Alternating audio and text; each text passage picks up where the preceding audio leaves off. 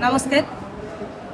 आज अनकट शुभांगी रे भारत रो जड़े परिचित चेहरा आपन भेट करें। से ओडिशा आसीचंती आमको 5 मिनिट रो समय देइछंती। 3 दिन रहण भितर से अनेक सभा निजर मत मध्य उपस्थापन करिछंती।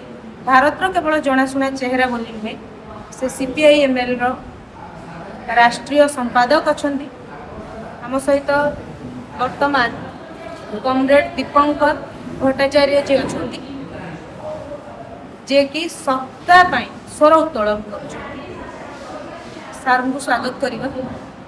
पहले तो आपको ओडिशा में स्वागत है सर। अभी जो पॉलिटिकल सिनेरियो है जिससे लेकर आज की ये आलोचना भी हो रही है, उसमें अभी अगर बिहार के बारे में हम सोचेंगे तो आप तो बिहार को लेकर ज़्यादा जुड़े होते हैं, तो वहाँ की जो हालत अभी बदली है उससे आप कैसे देख रहे हैं, कैसे उसका सामना है? बिहार में देखिए, जब चुनाव हो रहा था तो मोदी जी नीतीश जी के नाम पर वोट मांगे और नीतीश जी को सामने रख करके और बातें हुई कि महिलाओं को 10-10 हज़ार दिया जा रहा है। अभी 10,000 से शुरुआत है, आगे 2 लाख रुपए का खर्च नहीं। ऐसी बात करके इन लोगों ने चुनाव लड़ा। चुनाव जीतने के बाद पहले तो नीतीश जी को वास्ते बीजेपी का किया और पूरे बिहार में बुलडोजर चल रहा है। जो जहाँ भी बीजेपी की सरकार बन रही है वहाँ बुलडोजर राज चलता है। बिहार की महिलाओं ने एक नारा दिया कि वोट से पहले 10,000 और वोट के बाद बुलडोजर। 10,000 वाली बात थी, वो आप बुलडोजर में जाकर के समाप्त। जैसा बिहार के बारे में बताएं कि जो नीतीश जी को लेके, जो महिलाओं को लेके जो स्कीम आई, वैसे ही ओडिशा में भी सुभद्रा योजना के नाम पर एक योजना आई जो भारतीय जनता पार्टी की जो सरकार है उसे लाने में बहुत मदद की है नई सरकार। तो इस दौरान अगर आप देखेंगे तो जो नारी बंधन की बात हो रही है अभी यहाँ पे ओडिशा में, अभी सीजी मार्ग जहाँ पे अभी आदिवासियों की जो मूवमेंट है वो चल रहा है, वहाँ पे भी कई सारे महिलाएं हैं जो सामने आई हैं। पुरुषों से ज़्यादा वहाँ पे महिलाओं की इसे विरोध करते हैं। यहाँ पे सरकार की शायद नारी बंधन अधिनियम जो आ रहा है तो भी वो महिला को सम्मान के बारे में बता रहे हैं, वो काम नहीं दे रहा है। ये सारा भारत में चर्चा है। तो जो आदिवासी आंदोलन है इसको आप अपनी नजरिए से कैसे देखें? मैं आपको बिहार से और एक उदाहरण दे देता हूँ। अभी बिहार में एक पॉपुलर आंदोलन हो रहा है PRE-4 में वैकेंसी के लिए, भर्ती के लिए आंदोलन। और उस आंदोलन में हमने देखा कि उसमें छात्रों के साथ छात्राएं, लड़कियां भी बहुत बड़ी संख्या में थी, उनके ऊपर बेरहमी से लाठी चली और लाठी चलाने वाले महिला पुलिस नहीं, पुरुष पुलिस ने लाठी। ये सवाल जब उठा, बिहार के शिक्षा मंत्री ने कहा कि लड़कियों को बाहर आकर के आंदोलन करने की जरूरत ही क्या है, मोदी जी है ना, मोदी जी ने नारी बंधन अधिनियम ला दिया है, आपको घर बैठे सब मिल जाए। तो ये है, बिल्कुल ये लोग नहीं चाहते कि कोई अपने हक के लिए आवाज उठाए। अभी जैसे कोई क्लास 12 का बच्चा है, उसके नंबर में गड़बड़ी हुई, उसने जब आवाज उठाया उसको बोल दिया कि पाकिस्तान। ये लोग बिल्कुल कहीं भी ये नहीं चाहते। स्टूडेंट हो, कोई वर्कर हो, कोई कुछ भी अपनी बात कहे तो उसको लोग बुलाते हैं, डरते हैं। अपने आदिवासियों का सवाल उठाया, मेरे ख्याल से आदिवासियों के खिलाफ बड़ी साजिश। बिहार, उड़ीसा में आदिवासी उड़ीसा से ही राष्ट्रपति के देश में, लेकिन ये मुख्यमंत्री या राष्ट्रपति दिखाकर आदिवासियों के सवालों को गायब कर दे। आदिवासी कह रहे हैं कि भाई हमारा जो अधिकार है संविधान में, फॉरेस्ट राइट्स एक्ट है, 5th शेड्यूल है, 6th शेड्यूल है, इस देश में ये बात है, पेशा कानून है, तो वो सबका जो अधिकार था उसको तो आप हर जगह खारिज कर दे रहे हैं। हर जगह अदानी अंबानी को दे रहे हैं, वेदांत को दे रहे हैं, जिंदल को दे रहे हैं, गुप्तल को दे रहे हैं। तो आदिवासी जो अपने जल जंगल जमीन खदान इसके लिए जो आवाज़ उठा रहे हैं, उन आदिवासियों को दबा करके दिल्ली में अमित शाह मीटिंग कर रहे हैं। ये आदिवासियों को आरक्षण तभी मिलेगा जब वो हिंदू हो। तो आदिवासियों को आरक्षण मिलता है आदिवासी होने के नाते, कोई हिंदू मुस्लिम ईसाई के नाम पर नहीं मिलते हैं। आदिवासी सबसे आदिवासी है देश, आदिवासियत है, उनकी पहचान है, उनकी भाषा है, उनकी संस्कृति है, संविधान में उनको हक मिला है, उस हक को अभी हिंदू और ईसाई के नाम पर जो बांट रही है, मेरे ख्याल से उड़ीसा के आदिवासी आंदोलन को अब इस साजिश के खिलाफ भी लड़ना पड़ेगा। वेदांत से लड़ना, उनके पक्षों से लड़ना, पशुओं से लड़ना या मित्रत से लड़ना, वो लड़ाई अपनी जगह पर है, लेकिन साथ साथ संविधान के लिए लड़ना, अपने आदिवासी पहचान के लिए लड़ना, धर्म के नाम पर आदिवासियों को बांटने की साजिश के खिलाफ लड़ना, ये भी नया महत्वपूर्ण एजेंडा बनता है। जैसे अगर हम अभी बात करें तो ये जो जैसे बीजेपी आरएसएस के बारे में अगर हम सोचे तो जाति धर्म को लेके जो राजनीति है, अगर उसको लेके हम बात करें तो ये जो हिंदू धर्म को लेके अभी जो चल रहा है आरएसएस, अगर हम पहले से देखें तो ये एक ब्राह्मणिज्म का एक संगठन देखा जाता है, पर अभी उसके टारगेट में हिंदू है या फिर मुसलमान को टारगेट बना के हिंदू पर टारगेट कर रहे हैं। ये जो कंफ्यूजन है ये बहुत सारे युवाओं के अंदर भी है कि एक ब्राह्मणिज्म संस्था या संगठन कैसे पूरा एक हिंदू समाज को कैसे बांध के रखते हैं। इस देश में हिंदू धर्म, आप बंगाल में जाइए हिंदू धर्म के नाम पर वहाँ दुर्गा पूजा है, आप गुजरात में जाइए तो नवरात्रि है, गुजरात के नवरात्रि और यहाँ का दुर्गा पूजा में बहुत अंतर है। तो आप हिंदू धर्म में ये जो विविधता है, अलग अलग देव देवी, अलग अलग पूजा पद्धति, तो हिंदू धर्म कहीं कोई एक रेजिमेंटेड कोई धर्म नहीं, तो सबके अपने अपने। और हमारे बंगाल में तो एक रामकृष्ण देव आए थे और उन्होंने कहा कि जतो मत ततो पथ, कि सबका वो खुद प्रैक्टिस किए हैं, मुसलमान बन करके, नमाज पढ़ के, मस्जिद में जाकर के भी करके देखे हैं, ईसाई बन करके गिरजा में जा करके प्रार्थना करके भी देखे हैं। कह रहे हमने सबको देख लिया, सब में जा करके प्रैक्टिस करके हमने देखा है सब एक है, सब एक है, अलग अलग रास्ते हैं, हमको पहुंचना वहाँ है। चलो जो भी आप भगवान मानते हैं उसमें जाना है। आप विवेकानंद की बात करिए, विवेकानंद ने कहा था कि हमारे देश में न सिर्फ हम दूसरों को टॉलरेट करते हैं बल्कि रिस्पेक्ट करते हैं। तो ये रिस्पेक्ट की बात है कि तमाम धर्म के लिए। बाबा साहब अम्बेडकर को देखिए, संविधान में उन्होंने लिखा कि रिलीजियस फ्रीडम, रिलीजियस फ्रीडम का मतलब है कि हमारा खुद का जो रिलीजन है, जो भी रिलीजन हो मैं उसको फॉलो कर सकूँ, ये फ्रीडम हमें मिलना चाहिए। अगर कोई कहें कि हम एथिस्ट हैं, हमारा कोई रिलीजन नहीं है, तो वो भी उनकी आज़ादी है। कोई अगर कहें कि हम इस धर्म में थे लेकिन बदल करके उस धर्म में जाना चाहते हैं, तो धर्मांतरण, इसकी भी आज़ादी होनी चाहिए। तो बाबा साहब अम्बेडकर ने अपने जीवन में प्रयोग करके दिखाया। उन्होंने कहा कि I am not going to die a Hindu, I was born a Hindu, लेकिन हमने ये जो पूरा हमने देखा कि जाति प्रथा, जाति व्यवस्था बहुत हो गया है, अब वो बौद्ध धर्म अपनाए अपने पूरे साथियों के साथ। तो रिलीजन जो है वो सबका अपना अपना है, तो रिलीजन की आज़ादी तो भी होनी चाहिए, उसका पूरा सम्मान है।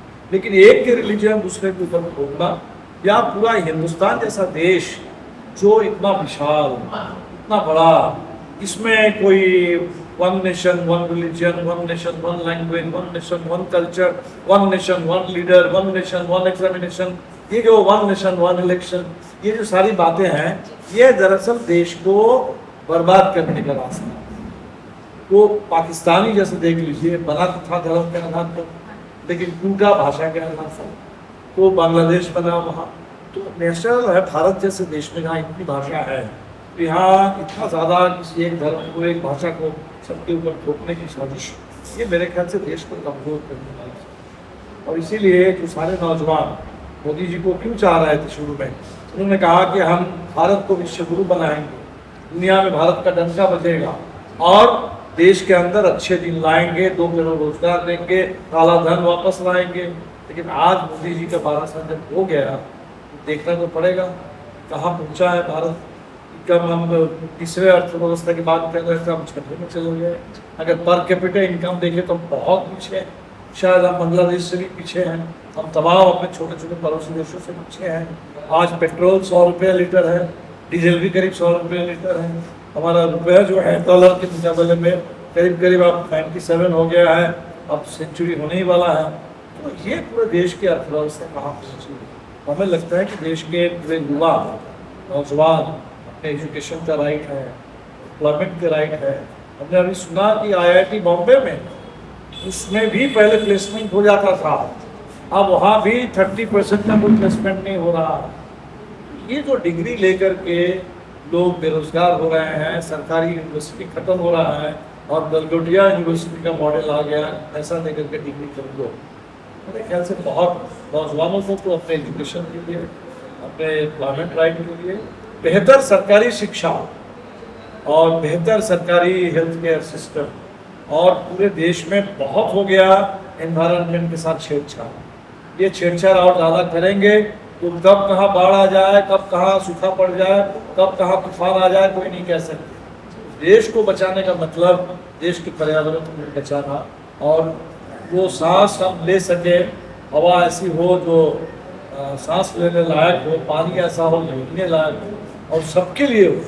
तो मेरे को लगता है कि उड़ीसा में लूट मची है कॉर्पोरेट की, लेकिन हम लोग लड़े अपने एनवायरनमेंट के लिए, अपने सबके अधिकार के लिए और सबकी बराबरी और सबके विषय। सर और एक क्वेश्चन ये है कि जैसे वोट चोरी के बारे में ये पूरा 1 साल हो गया है, बहुत सारी चर्चा हुई, पर उसमें अगर हम देखें तो केरला में जो गवर्नमेंट की बदलाव आई, तमिलनाडु में जो हुआ, उससे लेके कांग्रेस की तरफ से वोट चोरी के बारे में कुछ नहीं, क्योंकि वहाँ पे उनकी जो जीत थी वो हो गई।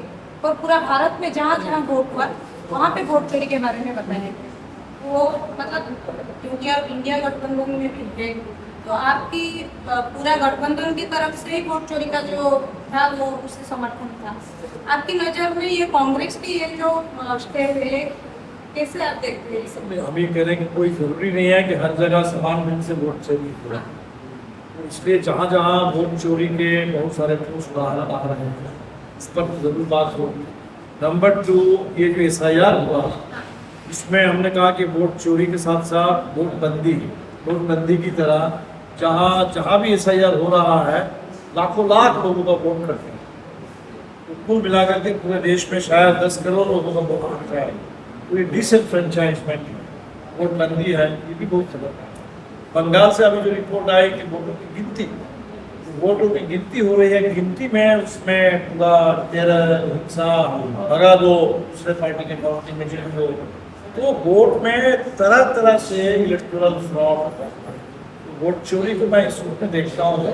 चोरी, बहुत सारे लोग कह रहे हैं कि ईवीएम पर भी भरोसा नहीं किया जा सकता।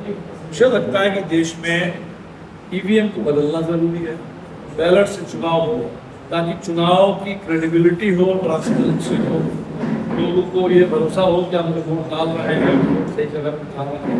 दूसरा है कि पूरे चुनाव की व्यवस्था है, चुनाव व्यवस्था में ये जो छोटी छोटी पार्टियाँ, ये सभी लोग, इलेक्ट्रल बॉन्ड था उसको सुप्रीम कोर्ट ने खारिज किया, लेकिन बहुत ज़्यादा पैसों का खेल चल रहा है, पैसों के बल पर चुनाव हो रहा है। इस पर रोक लगे ताकि चुनाव में थोड़ा सा फ्री फेयर इलेक्शन हो। और वोट चोरी का मैं ऐसे सेंस में देखता हूँ कि वोट चोरी फ्री फेयर इलेक्शन, ये जहाँ लोग अपनी बात कह सके और अपने वोट से सरकार को चुन सके। लास्ट क्वेश्चन होगा कि इससे पहले जो 2020 का जो इलेक्शन है उसमें CPI-ML की 12 सीटें हैं, 19 सीटों में, और पिछले बार जो 25 में हुआ उसमें 2 ही आई, जबकि 20 सीटों से आप लड़े, कहाँ से रह गई? इसमें 2 बातें हैं। एक तो अगर हम वोट की बात करेंगे, 2020 में 12 सीट हम जीते थे, 13 लाख वोट पाए, और इस बार 14 लाख से ज़्यादा वोट ला करके हम 2 सीट जीते। तो वैसा नहीं है कि हमारे वोटों में कोई बहुत ज़्यादा गिरावट, लेकिन ये ज़रूर है कि SIR से बहुत कुछ कटे, और ये जो बीजेपी ने अपना वोट बढ़ा, वो उसमें नए नए वोटर को जोड़ करके बहुत जगह बहुत सारे बोगस वोटिंग भी करके, इसलिए ये हमें ज़रूर डिस्कशन करना है। और प्लस इस चुनाव में जो फिर एक बार भी चुनाव से पहले 10,000 रुपये जो महिलाओं को दिया गया, हम जिन सवालों को लेकर लड़ रहे थे, 200 यूनिट बिजली फ्री, वो हमारे आंदोलन में उस तो नहीं हुआ उस समय, लेकिन चुनाव से पहले 125 यूनिट हम लड़ते थे कि mid day meal worker Bihar में उनको 1650 रुपये मिलते थे, तो पूरे हिंदुस्तान में सबसे कम, तो उनको का पैसा बढ़े, उस समय नहीं बढ़ा, लेकिन ठीक चुनाव से पहले उनका पैसा डबल किया गया। तो ये चुनाव के पहले जो सरकार ने बहुत पैसा बांटा है, तो वो पैसा वो तो जनता का ही पैसा है और हमारे आंदोलन की वजह से ही वो पैसे हमको मिलता है। लेकिन उससे जो एक आंदोलन की ताकत बढ़नी चाहिए, तो कहीं ना कहीं सरकार ने एक तरीके से लोगों को हमको लगा कि एहसान सरकार ने किया और हमें ये एहसान जताने के लिए एक वोट दे देना चाहिए नीतीश कुमार। इस तरह से भी बहुत सारे लोगों का वोट दे दिया गया, खास करके महिलाओं का वोट पैसा भी दिया गया और जीविका जो मिशन है वो लाइवलीहुड मिशन है और उसमें काम करने वाली महिलाओं को एक एक बूथ में तैनात किया गया, 2-2 बटवा किया गया वोट को प्रभावित करने। तो वोट काफ़ी हद तक मैनेज भी इन्होंने किया है और हमें लगता है कि अगले चुनाव में हम लोग लड़ लेंगे। ये उतार चढ़ाव रहता है। 2010 में हम 0 पर थे, 0 से हम लोग उन्हें 12 पर हम आए थे और इस बार 1989 में एक MP जीते थे, उसके बाद जीत नहीं पाए थे। 35 साल बाद इस बार जीते हैं। तो चुनाव में सीट का उतार चढ़ाव रहता है, लेकिन वोट बढ़ना और चुनाव क्या है, जनता के आंदोलन की ताकत उसका। हमें लगता है कि चुनाव में जो भी हो, लेकिन जनता को अपना हक मिले, अधिकार मिले, देश का डेमोक्रेसी वो महफूज रहे, संविधान पर कोई हमला ना हो सके, ये इम्पोर्टेंट चीज़ है। उसके लिए लड़ते रहे हैं, लड़ेंगे और जीतेंगे।